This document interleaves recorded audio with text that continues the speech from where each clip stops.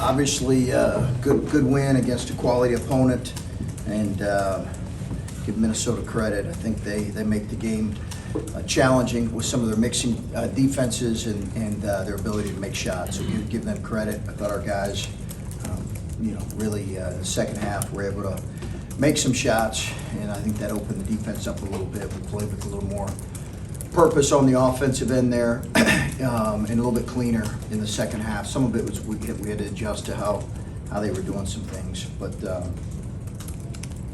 good win, and moving on to a practice on Thursday.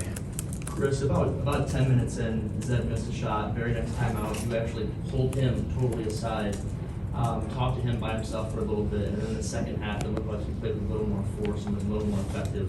What was that conversation between you guys, and where did you see him flip the switch in the second half? Yeah, we've just been on him about slowing down and playing with more balance in the post. That's the biggest thing. He just rushes it too much. He's got to settle the ball. He's got to read the defense, and he's got to play on balance. And do you think in the first half, then having Curry back maybe change the dynamic of the defense, the zone from the first time you guys played? Well, Curry's a really good player. Having him back helps him on both ends because he's a really good player and he's a big body and he's been in this league for a while, so he knows how to play. But just in general for Zed and his growth, he's got to slow down when he's in traffic.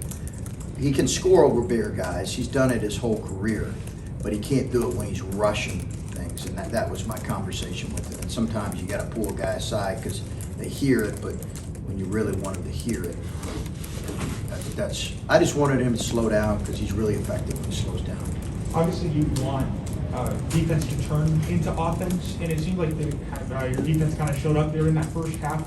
But I mean, with that stretch of the scoreless drought and the turnovers and things like that, I mean, obviously that was adjusting to Minnesota's zone. But I mean, what allowed you guys to kind of use a consistent defensive performance and kind of turn that into offense there in the second half? I think our defense helped. We were able to create some turnovers playing Jamari for a longer stretch. His activity was really good. So was Zed. Zed had 2 steals. And then I honestly making some open shots. I think that we were able to finally kind of make some open shots. And Ryan Peden had a good suggestion at halftime about attacking the zone a specific way. I thought that was helpful. And how impactful was that first 3 from Jamari Wheeler to kind of ignite your offense there in that first half? Yeah, I think that was critical. It was a late clock. We were trying to get the ball inside. And ended up, he's a really capable shooter with time and space. We know that. He's very capable with time and space. Might take him a minute, but he's very capable. We want him to shoot those and be ready to shoot it. Chris, what's it been like for you this year coaching a guy like Jamari who is a little bit of a gambler, I think, on the defensive end? But obviously his ball pressure and activity are very important to you guys. You don't want to lose that. You also don't want to sit on the bench for 2 minutes of the game. So what's that balance like? I thought he had really good pop today, Bill, in terms of just his bite defensively. He's just got to be able to manage that aggressiveness with just a little bit smarter play. His second foul wasn't smart. He almost got a third one.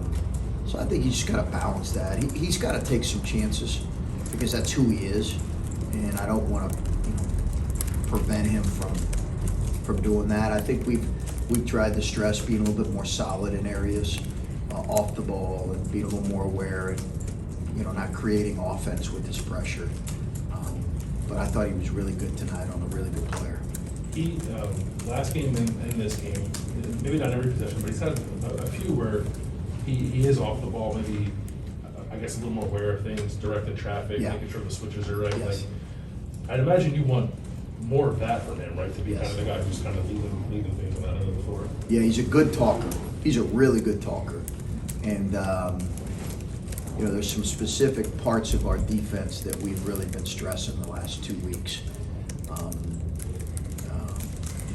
We've shown him clips from our team, our third year, it was top 20 in the country in defense, and our first team that was top 20 as well. And I think the connection and just some key points, and I think we need Jamari to continue to lead the way there with that. We've seen some improvement, but obviously we're going to get tested against some really good offenses here coming up. Did you know how your team would respond after halftime? Did you have an idea that they would come out and play, to flip the script the way that they did? People, to be honest with you, I don't really look at it like that. I know people think it was a tale of two halves. I don't really look at it like that. Listen, this team almost, they went down to the last minute at Wisconsin. They played Iowa. They were up 4 at half. I just, people think in this league you should just blow people out. It's just, in the first half, be up 20. Like, come on now. Like, I'm not saying you. I'm just saying in general, people think that. Like, have you ever played? Like, that doesn't happen in league play. So I just knew that it was going to be a little bit of a slow drip, and if we could win some possessions, maybe we could stretch it. But I didn't really look at it at the tale of two halves. Outside of our shot making, Adam was much better, and we attacked the zone with a little more aggressiveness. How much of that, if at all, was EJ? It seemed like they really made it tough for him to get going, and he scored a lot of his points late. A lot of times this season when you've needed to get going, it's been EJ. Yeah, they really crowded him. It was not single covers like we saw the other night. They really crowded him, and we got to cut better off him and play off him. And if they're going to not guard Jamari's got to be ready to shoot it.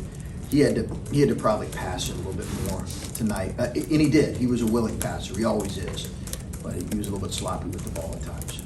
Chris, when you say it takes time for Jamari to get some of those shots off, what do you mean by that? Is it just that he hesitates to do it? Is it? Well, he just his release didn't take Dwayne much time. Dwayne never didn't even need to think about it twice. But Dwayne had a really quick release. Jamari's just release, his mechanics are just a little, I'm not saying they're slow, it's just he's a little bit smaller, so it takes a little bit more time. But when he has time and space, he's very accurate. I've seen him shoot it for the whole year. He's very accurate. So when teams do give him that shot, green light, he takes it? Yes, absolute green light. Absolute green light. Needs to take it, want him to take it. Doesn't need to hesitate ever, at all. He's got an open three with time and space. So I want to pursue your comment about tale of two halves. You're pushing back against that. You're not happy with the first half in which you have no free throw attempts, 8 turnovers, and 2 assists. I wasn't happy with our turnovers. I was really happy with our defense.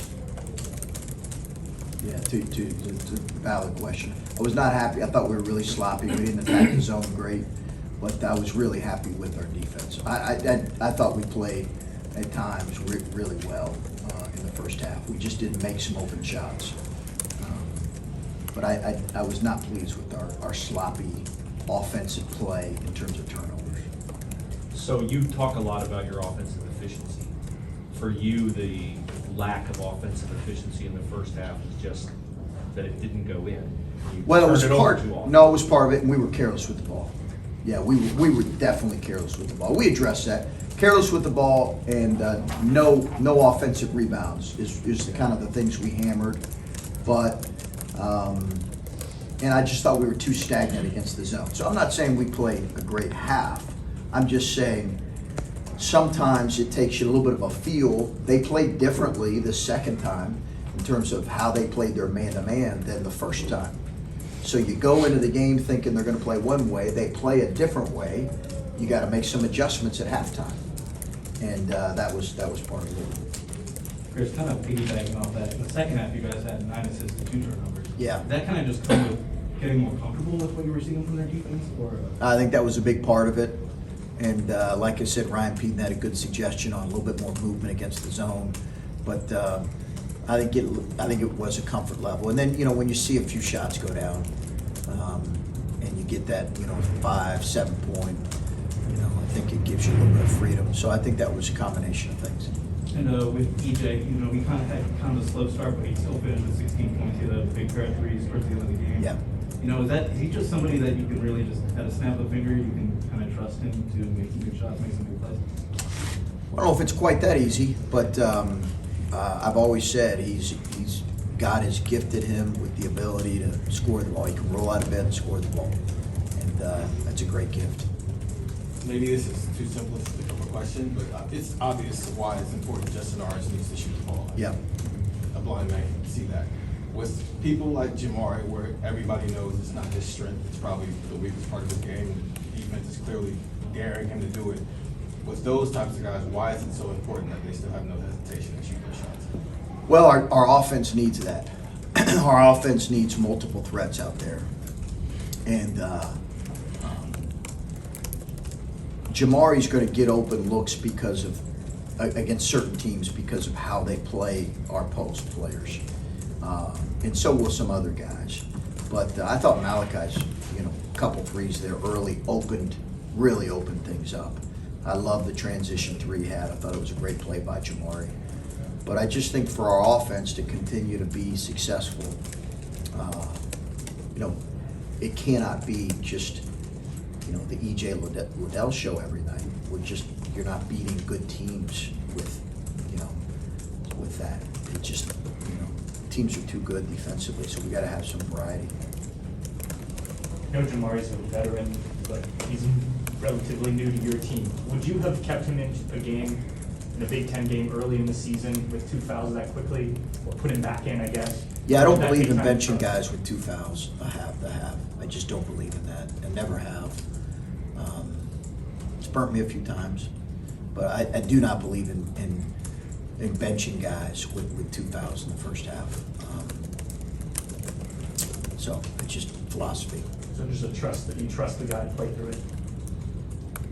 Yeah, now if they burn me a few times, I probably will keep them on the bench. But you get 5 fouls, I think, before you get disqualified. So I prefer to keep our best players on the floor as much as we can. There are 2 more up there, Adam, and please.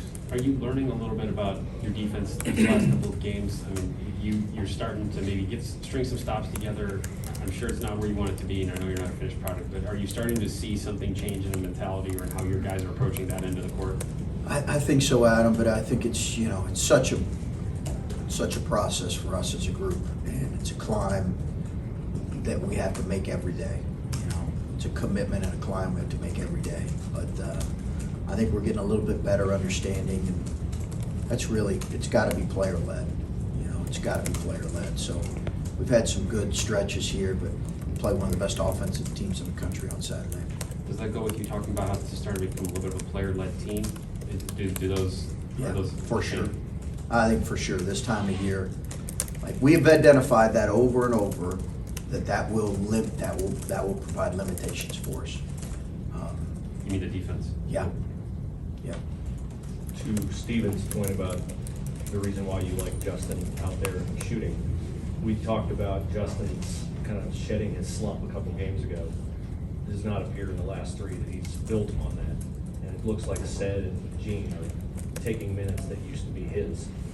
I know you're at this point of the season, are you not, where guys who are coming on and guys who are progressing, I mean, does that have to result in the minutes equation that we've seen, or is Justin in a position where he's got to start producing more in the future because you can't continue to count on what you've seen in the past? I think Justin will get continued consistent minutes. He's in our rotation. He's not starting, but he's in our rotation. I don't see that changing where he's not going to be in our rotation because he adds too much value to our team in other ways than just shooting. So I think that he'll continue to stay in the rotation as long as he continues to approach it the right way. I just think he will in our 8 to 9-man rotation. Or would you agree Sed and Gene are coming on? Yeah, absolutely. Yeah, and both those guys, the minutes have some of Justin's minutes have been given to those 2 guys for sure. But it's a pretty fluid thing as well. But both of those guys have played really well here lately.